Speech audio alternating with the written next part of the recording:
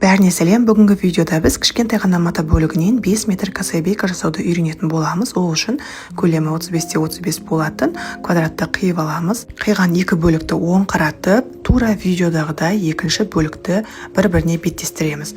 Осы бөлігін тігін машинасында шетіне 5 мм жеткізбей тігіп аламыз. Содан кейін тігісті екі жаққа қаратып үтіктеп аламыз.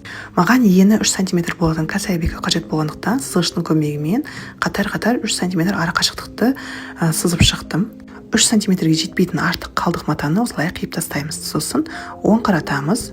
Видеодағыдай бүктейміз, екі жағынан 3-3 см қалатындай етіп, қазір ине түйреуіштермен түйреп аламыз. Жаңағы сызып алған сызықтарды бір-бірімен беттестіріп, осылай түйреп алғаннан кейін тігін машинасында шетіне 5 мм жеткізбей тігіс жүргіземіз.